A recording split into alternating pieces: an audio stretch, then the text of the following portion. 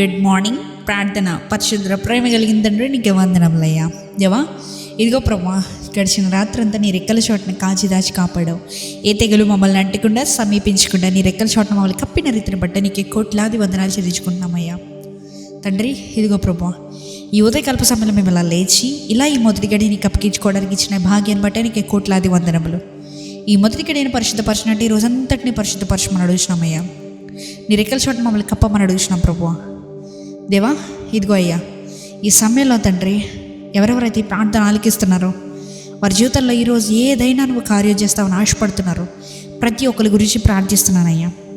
దేవా, వారి జీవితంలో స్థితిగతులు నీవు మాత్రమే ఎరిగిన దేవుడవయ్యా. దేవా, ఆ పెయిన్ నీవు మాత్రమే తెలిసిన దేవుడవయ్యా. నిశ్చితమైతే ప్రభువా, వారి జీవితంలో ఉన్న పెయిన్ని నీవే తీసివేయమని అడుగుతున్నాం. వారి జీవితంలో కావాల్సిన బ్రేక్ త్రూ నీవే దయచేయమని అడుగుతున్నామయ్యా.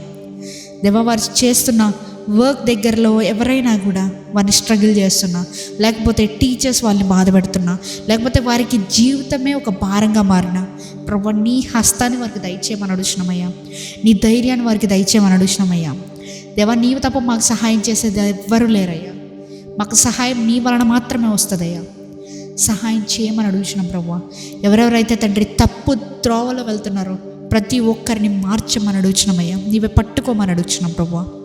ఈరోజు మేము ఎక్కడికి వెళ్ళినప్పటికీ ప్రభు, నీ చిత్తం లేనిది, నీ సన్నిధి లేనిది మమ్మల్ని అక్కడికి తీసుకువెళ్ళవద్దని అడుగుతున్నామయ్యా. తండ్రి, నీ హస్తం, నీ చిత్తం, నీ సన్నిధి మా వెంట రావాలయ్యా.